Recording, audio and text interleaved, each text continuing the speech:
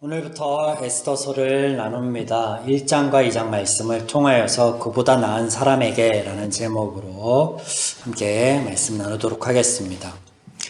에스더서는 이야기의 형식을 취하고 있어서 많은 성도님들이 익히 그 내용을 알고 있을 것입니다. 에스더서의 이야기는 이스라엘의 불임절이란 절기와 관련이 있는 것으로 위기를 극복하는 이야기입니다. 이 이야기의 중심에 있는 에스더의 의붓 아버지인 모르드게의 고백입니다. 9장 22절 말씀 제가 읽어드립니다. 대적에게서 벗어나서 평안함을 얻어 슬픔이 변하여 기쁨이 되고 애통이 변하여 길한 날이 되었으니. 그의 이 고백이 에스더서의 주제입니다. 슬픔을 변하여 기쁨이 되게 하시며 포로에서 놓여 자유하게 하시는 하나님. 슬픔을 변하여 기쁨이 되게 하시며 포로에서 놓여 자유하게 하시는 하나님. 시대적 배경을 잠깐 살펴보겠습니다. 사건이 발생한 때는 이스라엘의 1차 포로 귀환과 2차 포로 귀환의 사이가 됩니다. 수룹바벨의 필두로 고레스의 칙령에 의해 약 5만 명의 포로 귀환이 이루어졌고 그들이 고국으로 돌아와서 성전을 짓기 시작하죠. 근데 대적들의 방해 공작으로 인하여 성전 공사가 일시적으로 멈춰졌다가 다시 시작되어지고 완공이 된 후 어느 시점에 이 에스더의 이야기가 펼쳐집니다. 에스더의 남편이자 이 이야기의 중심에 등장하는 아하수에르 왕은 바사, 페르시아의 네 번째 왕입니다. 초대왕 고레스에 의하여 1차 귀환이 이루어졌고 그 다음 아닥사스다 왕에 의하여 성전 공사가 중단이 됩니다. 그러다 세 번째 왕인 다리오에 의하여 성전 공사가 재개되고 완공이 됩니다. 성전 완공 후 네 번째 왕으로 아하수에르가 등장하며 그 다음 왕인 아닥사스다 때에는 2차와 3차 포로 귀환이 일어납니다. 세계사에서는 다른 이름으로 표기되고 있으나 성경에 같은 이름으로 표기되고 있습니다. 예를 들면 다리오 왕이라든지 아닥사스다 왕은 여러 번 등장합니다. 다른 왕임에도 불구하고. 그래서 헷갈릴 수 있습니다. 조금 헷갈릴 수 있는데 전에 에스라 강의 때 이 부분을 설명을 드렸으니 넘어가겠습니다. 아하수에르라는 이름은요, 히브리식 발음입니다. 헬라어 역에서는요, 이것을 크세르크세스라고 기록하고 있고 또 세계사에도 이렇게 이름이 기록되고 있죠. 그 유명한 영화 300에 등장하는 왕이기도 합니다. 정복전쟁으로 유명한 아주 호전적인 왕입니다. 짧게 에스더서의 배경을 설명드렸지만 여기까지는 여러분이 너무나 잘 알이라 사료됩니다. 그러나 이제부터 저와 함께 나눌 부분들은 생소할 것입니다. 성경에 기록된 메대, 즉 바벨론을 무너뜨리고 바사, 페르시아라는 제국을 건축한 왕이 고레스 왕입니다. 이 고레스가 바벨론 이전 아수로부터 이어지는 포로민에 대하여 우호적인 조치를 취한 것을 우리는 잘 알고 있습니다. 때문에 칙령이 내려졌고 이스라엘 민족들도 고국으로 돌아올 수가 있었습니다. 이때 많은 이스라엘 백성들이 유다 땅으로 재정착하여 예루살렘을 재건하기 위하여 돌아갔습니다. 그러나 그렇지 않은 더 많은 사람들이 남아 있습니다.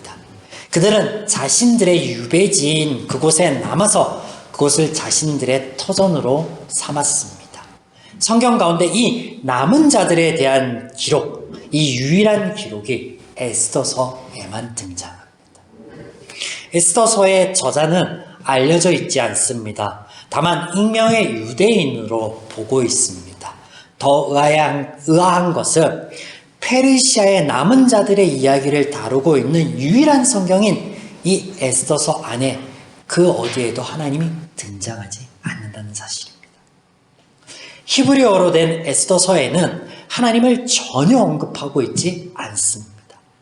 전개되는 이야기 안에 이스라엘 백성들을 위해 하나님께서 개입하는 장면이 전혀 등장하지 않으며 하나님께서는 아무에게도 말씀하지 않으십니다. 또 그 누구도 하나님께 말하지 않고 하나님을 찾지도 않습니다. 하나님을 언급하고 있지 않습니다. 그 어디에도 하나님이라는 단어 자체가 아예 등장하지 않습니다. 그런데 어떻게 성경 66권 안에 들어올 수가 있었을까요? 단순히 이스라엘의 역사에 대한 기록이라면 다른 책들도 얼마든지 많습니다. 유세푸스의 기록도 있고. 하나님께서 등장하지 않는다라는 제 말이 언뜻 받아들여지지 않을 수도 있습니다. 하나님이 등장하신 것 같은데? 에스더나 모르드게의 고백에 한 번쯤은 등장한 것 같은데 생각이 드실 수 있을 겁니다. 집에 가셔서 꼼꼼하게 한번 읽어보십시오. 한 번도 등장하지 않습니다. 놀랍게도 한 번도 등장하지 않으세요. 우리는 결코 우연을 믿지 않습니다. 하나님의 선한 역사로서의 필연을 믿습니다. 느헤미야서의 끝단에 오늘 이 에스더서와 같은 대목을 이미 저와 여러분은 살펴보았습니다. 그래서 놀랍지 않죠.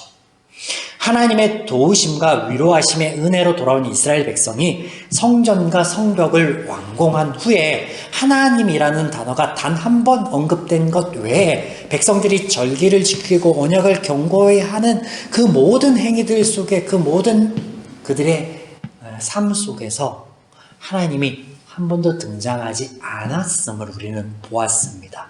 그러나 우리는 이것을 통해 또한 성경에 등장하는 모든 사건과 사람은 그를 통해 하나님을 알게 하시는 계시적 수단임을 나누었습니다. 기억하시죠? 이제 강해를 통해 에스더서에서도 마찬가지 이야기 속에 하나님께서는 한 번도 등장하지 않으시지만 우리에게 하나님을 보이시고 알리심을 확인해 볼 수 있을 것입니다.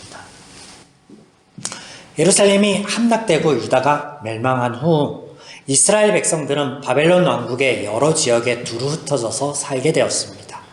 그들은 그곳에서 그들의 운명을 돌아보게 되었고 비로소 하나님을 발견하게 됩니다. 물론 이때 그들 스스로가 하나님을 발견한 것이 아닙니다. 하나님 말씀을 보거나 깨달은 것도 전혀 아닙니다. 하나님께서 많은 선지자들을 보내셨고 그들을 통해 깨닫게 하여 주신 것이죠. 이스라엘이 성전과 성벽을 완공하고 하나님의 말씀 듣기를 청할 때 이때 들려주시는 율법의 말씀 안에서 그들이 지난 날을 돌아보고 깨달았고 회개한 것과 같은 것입니다. 이스라엘이 나라와 땅 그리고 그들의 삶을 잃은 흑암 속에서 하나님께서 주신 하나님의 약속을 다시 생각하기 시작합니다. 우리는 선택받은 백성들이 아닌가? 왜 하나님께서는 이렇게 우리를 버려두시지? 왜 우리는 이렇게 오래 지체하고 계시는 하나님을 기다리기만 할까? 하나님께서는 왜 우리에게 무엇을 바라고 계시는 걸까? 이런 이스라엘 백성들의 의문의 해답들은 놀랍고 역설적인 방법으로 그들에게 다가옵니다. 포로기의 혹독한 절망 중에도 이스라엘 백성들은 그들의 황폐한 땅으로 돌아가 무너진 성읍들을 재건하고 성전을 회복할 것이라는 하나님의 말씀을 듣게 됩니다. 받게 됩니다. 그리고 그들의 예상을 뒤엎고 하나님의 약속의 이 말씀을 이루기 위해 그들을 무너뜨렸던 이방의 권력을 통하여 이루어집니다. 이 이방의 권력을 선용하십니다. 이미 우리가 살펴본 에스라서와 느헤미야서의 이야기입니다. 그리고 그 배경이죠. 역설적인 하나님의 역사. 이스라엘을 무너뜨린 힘으로 그들을 회복시키며 한 번도 등장하지 않으시지만 역사를 주관하시는 분으로 등장하고 계시며 또 한 번도 말씀하지 않으시지만 말씀하여 주신다라는 것입니다. 에스더서의 주제와 같지 않습니까? 슬픔이 변하여 기쁨이 되게 하시고 포로에 놓여 자유하게 하시는 하나님. 한 번도 등장하지 않고 말씀하시지 않지만 등장하시고 역사하고 계시고 말씀하여 주시는 하나님. 네. 에스더서에 우리는 이런 역설적인 하나님의 모습 그리고 이것을 통해서 진리를 우리에게 말씀하여 주시는 하나님을 발견할 것입니다. 페르시아라는 대제국의 왕 아하수에로 그의 통치 영역이 인도로부터 구스까지라고 합니다. 구스는 지금의 에티오피아입니다. 그래서 남아시아를 시작으로 서아시아의 전 지역, 이 서아시아는 이란과 이라크, 사우디아라비아를 포함한 그 아라비아 반도를 다 포함한 것이죠. 그리고 그 위에 있는 투르키예를 포함한 네. 그리고 이집트를 포함한 북아프리카의 모든 지역을 아우르는 아주 방대한 대제국입니다. 이게 페르시아 제국이에요. 페르시아 제국. 이런 대제국의 막강한 권력을 가진 왕인 그가 잔치를 벌리고 흥에 취해 그의 아름다운 왕비인 와스디를 청합니다. 그녀의 아름다움을 많은 사람들의 자랑으로 보이기를 원하였습니다. 왜냐하면 지금 그가 가진 그 부함과 지금 그가 가진 그 대제국의 권력을 자랑하기 위해서 잔치를 벌이고 뭐 그렇게 흥에 귀여운 가운데 자랑거리 중에 하나로 이 와스디를 청하고 있는 것이죠. 그런데 무슨 일인지 왕비 와스디가 그런 왕명을 거부합니다. 이 대목부터가 벌써 이해가 되지 않습니다. 어떻게 거부할 수가 있지? 에스더서의 이야기를 읽어보아 여러분 아시겠지만 왕이 허락하지 않으면 그 앞에 다가오는 사람은요 누가 되었던 죽임을 당합니다. 설령 왕비가 돼도 죽임을 당합니다. 신하들 예외 없습니다. 그래서 에스더가 나아갈 때 왕이 그녀를 향해 금호를 내밀고 허락하여 주는 장면을 우리가 보게 됩니다. 그렇죠? 네. 이와 같은 절대적인 권력을 가진 왕의 말을 거부했다라는 것 자체가 이해가 되지 않는 거예요. 시작부터가 아이러니로 시작합니다. 아이러니로 시작해요. 아무튼 왕비의 뜬금없는 거부가 왕을 불같이 노하게 만듭니다. 왕이 어찌할까? 현자들에게 조언을 구하자 그들이 왕후를 패하고 그보다 나은 사람에게 그 자리를 주라고 조언을 합니다. 자, 이렇게 조언을 하는 왕의 현자들, 그 현자들의 그 직함이 그 무무간이거든요. 무무간. 그래서 이게 그 사람의 이름이 아니라 어떤 직함명이다라고 이해하시면 좋을 것 같습니다. 자, 1장 19절. 왕이 만일 좋게 여기실진데 와스디가 다시는 왕 앞에 오지 못하게 하는 조서를 내리되 바사와 메대의 법률에 기록하여 변개함이 없게 하고 그 왕후의 자리를 그보다 나은 사람에게 주소서. 그보다 나은 사람에게 주소서. 자, 그렇다면 에스더는 와스디보다 나은 사람인가요? 우리는 나은 사람이라고 그간 알고 있었죠. 과연 그런가? 자, 여기 왕의 현자인 무무간의 말에 그보다 나은이라는 말은요, 원어적으로 어떤 의미를 갖냐면 도덕적인 아름다움을 뜻합니다. 그래서 와스디보다 내면이 더 아름다움, 덕스러운 이에게 왕후의 자리를 주소서라고 말하고 있는 거예요. 지금 조언 자체가. 자, 그런데 이후에 우리가 알고 있듯이 왕이 이 조언을 좋게 여기고 선하게 여기지만 이후에 뽑히는 에스더는요 덕스러움이 아닌 내면이 아닌 외면의 아름다움 때문에 뽑힙니다. 또 다른 아이러니예요. 또 다른 아이러니. 자, 에스더서 2장 4절과 17절입니다. 왕의 눈에 아름다운 처녀를 와스디 대신 왕으로 삼으소서 하니 왕이 그 말을 좋게 여겨 그대로 행하니라. 왕의 눈에 아름다운 처녀. 외모예요, 외모. 자, 그리고 17절. 왕이 모든 여자보다 에스더를 더 사랑함으로 그가 모든 처녀보다 왕 앞에 더 은총을 얻은지라. 무엇 때문에 더 사랑하게 됐어요? 외모. 예뻐서. 어때요? 내면이 아닌 외면이 기준이 되어 에스더는 왕비가 됩니다. 말씀드렸듯이 이상합니다. 이것도 이상해요. 내적 아름다운 사람을 뽑으소서라고 조언을 했고 그게 옳다, 그게 선하다라고 맞장구를 치놓곤 정작에는 싹 무시하고 아름다운 사람, 외적 아름다운 사람을 뽑습니다. 자, 이런 이상함의 연속이요, 에스더 전체에 깔려 있다라는 거예요. 계속해서 등장합니다. 그걸 발견하게 될 텐데, 이것이 하나님의 역설입니다. 성경의 역설. 성경은 모든 사람이 죄인이라고 말하고 있습니다. 때문에 도덕적으로 더 나은 사람이란 없는 것입니다. 때문에 에스더서의 이야기 안에 이것을 반증하고 있는데, 도덕적인 나은 사람이 없으니 아름다운 사람을 뽑는 거예요. 죄적 기준의 아름다움이죠. 하나님은 모든 사람을 보시기에 좋았더라, 심히 좋았더라 라고 하셨는데, 죄인의 눈에, 죄인의 기준에는, 선악을 알게 된 그 마음에는 하나님 마음과는 다르게 보아서 좋은 것도 있고 나쁜 것도 있다. 성경의 역설이 이것을 보여주는 거예요. 더 근본적으로 남아있는 자들의 이야기 자체가요, 이 이야기 자체가 역설이에요. 무슨 말인가? 자, 설명을 드릴 테니 잘 들어보십시오.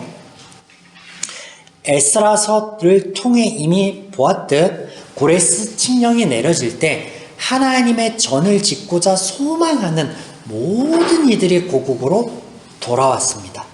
그렇다면 지금 남아있는 자들은 뭐예요? 하나님의 성전을 짓기를 소망하지 않는 자들입니다. 그 말은 뭐예요? 에스더서에 등장하는 모든 이들은 하나님의 초청을 거부한 사람들이 됩니다. 맞죠?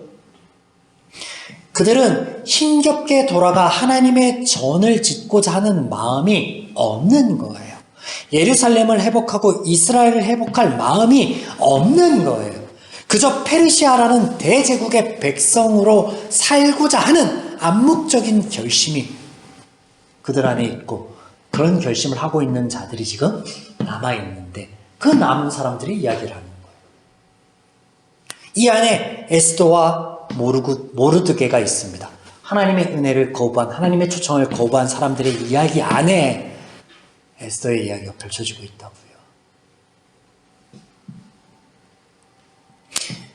이제 이 에스더서의 이야기는 역설이라는 주제 안에서 우리가 나눌 때 달리 보이실 것입니다. 하나님의 은혜가 더욱 팍팍 와 닿을 거예요. 왜냐?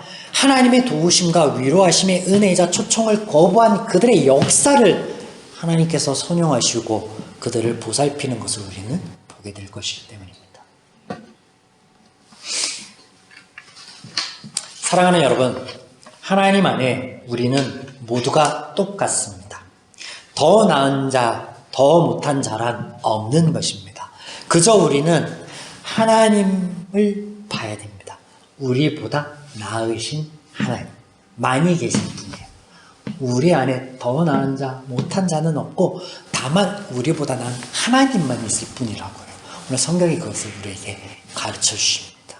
하나님께서는 우리의 전부이심을 오늘 말씀을 통해 전심으로 깨달으시고 삶의 모든 자리에서 묵도하고 누리시기를 축원드립니다.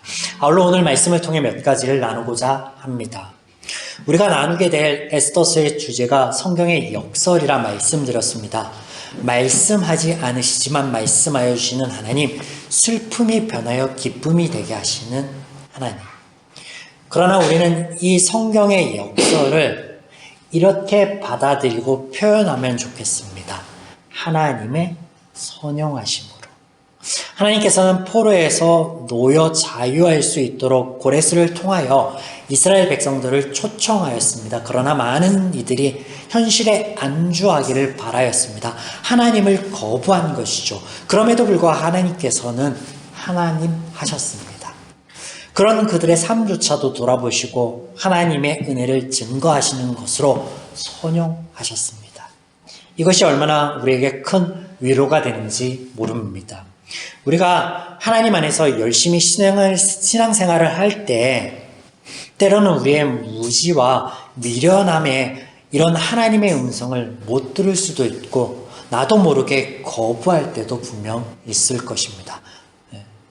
더 나아가 이것을 통하여서 엉뚱한 선택을 할 수도 있겠죠. 하나님의 초청을 거부하고 남겠다라고 하는. 하지만 하나님께서는 늘 한결같은 은혜로 우리에게 베푸시고 함께 하신다라는 것이요. 그런 우리의 미련한 선택조차도 선용하신다라는 거예요. 감사하지 않습니까? 우리에게 힘이 되지 않습니까? 또한 하나님 외에 더 나은 자, 더 못한 자란 없다라는 이 말씀을 통해서 우리는 교만하지 않을 수 있으며 위축되지 않을 수도 있습니다. 이것이 무슨 말씀이냐? 지금 내가 있는 위치, 나의 삶의 자리, 직분, 그런 모든 것들이요, 더 나은 사람, 더 못한 사람이라는 비교가 아니라 나를 위한 최적의 자리, 하나님의 은혜의 자리임을 말씀을 통해서 우리는 알게 된다는 거예요. 그래서 더 나은 사람이기에 더 나은 것을 하나님 앞에서 꿈꿨기 때문에 그 사람이 그 위치에, 그 자리에 있는 게 아니에요. 여러분보다 하나님의 말씀을 더 많이 알기에, 하나님께 은혜를 더 많이 받았기에 제가 이 자리에 서서 하나님의 말씀을 선포하고 있는 게 아니에요. 하나님 안에서는요, 똑같습니다. 그저 나를 위한 자리이기에 이 자리에 제가 있는 것이고, 여러분의 지금 앉아있는 그 자리가 여러분이 있어야 될 가장 행복한 자리, 가장 축복의 자리이기 때문에, 은혜의 자리이기 때문에 있는 것이에요. 마찬가지 내가 부족한데 내가 어떻게 이 직분을 감당할 수 있을까? 내가 아버지로서, 어머니로서 너무 부족한데 이 역할을 어떻게 감당할 수 있을까? 아니요. 감당할 수 있어요. 왜냐하면 하나님이 최고의 자리에 우리를 세우셨고, 그리고 그 하나님이 우리와 함께 하시기 때문에 그렇다라는 것이죠.